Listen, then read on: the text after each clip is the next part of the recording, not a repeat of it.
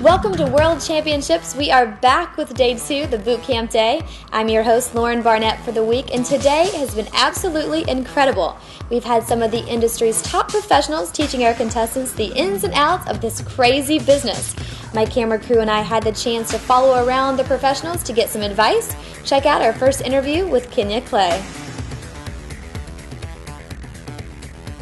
I'm here with Kenya Clay. You may recognize her from American Idol, Glee, America's Best Dance Crew. We have her with us at World Championships, and we're so excited. How's your experience been thus far?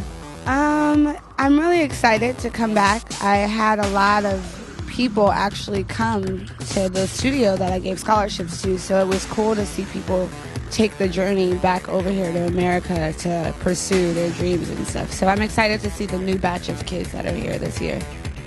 We have tons of Glee fans watching. Can you tell us a little bit about that? It's one of the funnest shows to work on. The cast is fairly young, and there's actually a few dancers on there.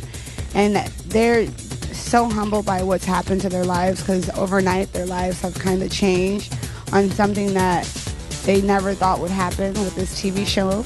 And it's just being in the cast that supports, because it's basically about song and dance. They actually support the dancers, and they respect us and appreciate us and treat us like the cast. So it's really cool, and they're awesome. It's so awesome to see them all perform and sing live a lot. It's cool. It's a good experience. Awesome. And I know for myself, do you have any advice for, I'm not really a dancer, I'm more of like a sidestepper. I kind of live right here all day long at the club, at the water park, anywhere. Can you give me any advice on how to move a little bit better?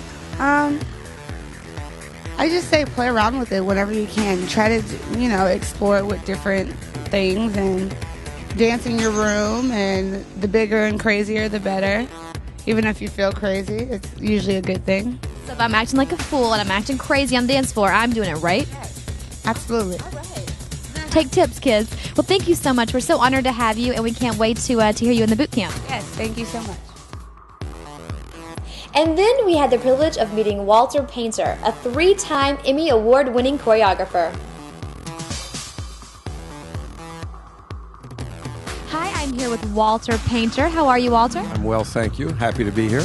We're so glad to have you. And tell us what you're doing with World Championships this year. I'm going to produce the modeling segment for the final show. And also I'm going to moderate the boot camp for the models.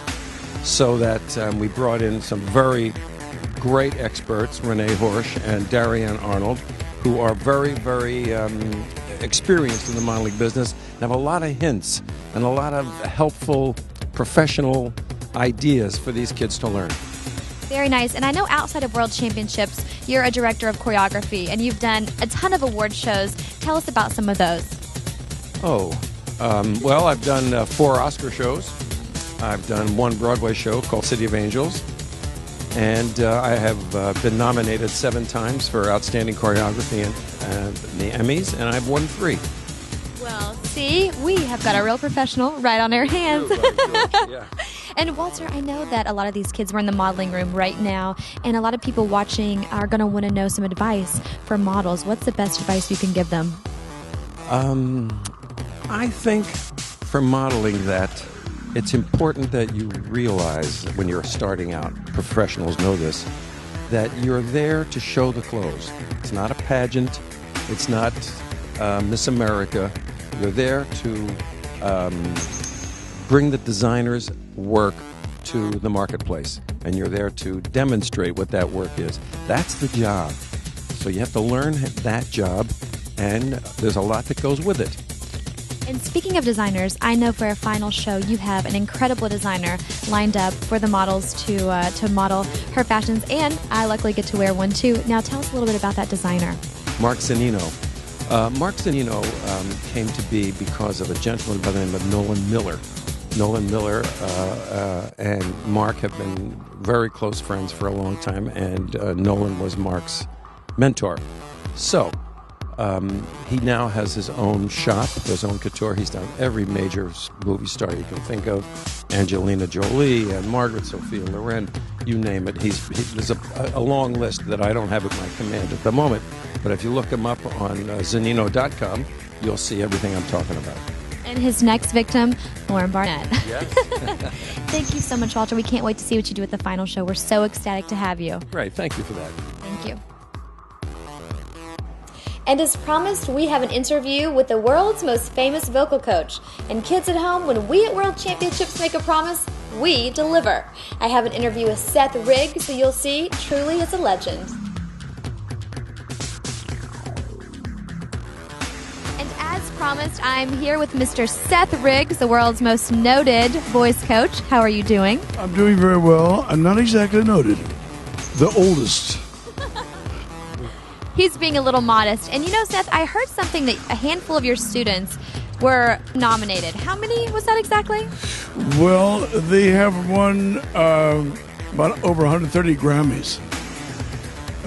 It seems like it's a lot, but of course, between the two of them, won about 17. And that was Natalie Cole and Michael Jackson. Very impressive. And can you tell us who the person you've worked with, who has been your most favorite client? Well, it's kind of hard to say. I like different people for different reasons. I admire them all for their talent, and I admire them a great deal for their stick-to-itiveness and their willingness to learn what they have to learn to continue their careers. I'm so sorry that Michael is gone, and Luther Vandross and Ray Charles and people like that have passed away. And I'll always have them in my heart, because they were very great stylists, great talents, and they were wonderful people. I was very honored to have known them for, Michael, 32 years, and Mr. Charles, the last 4 years of his life, and Luther, about 12, 15 years.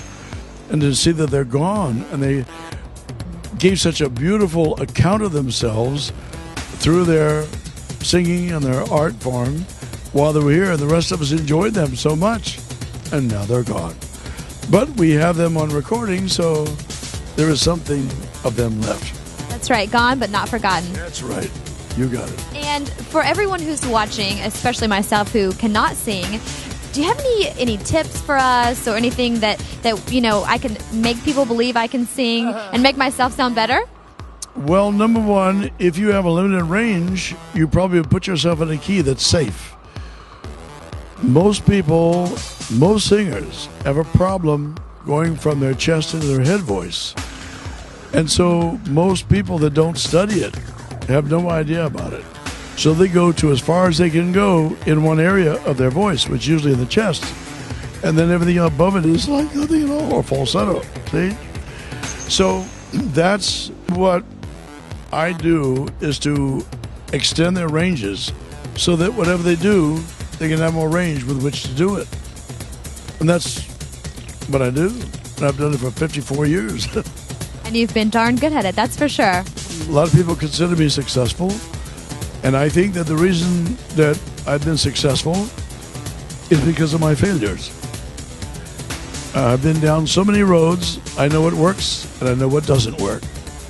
Right. Well, I know it's such a gift for us to have you here at World Championships. I feel so honored to be standing with a legend. I'm in awe of you. I could talk to you all day long. Is there anything that you'd like to tell people at home that are watching to stay tuned for, or how your experience here for World Championships has been? Well, no. The main thing is that this organization that is promoting this down here, I've watched them for a long time, and they get better every year. They are not afraid to be innovative. They are not afraid to get better information, to better service the people that they care about. And that's really what it's about.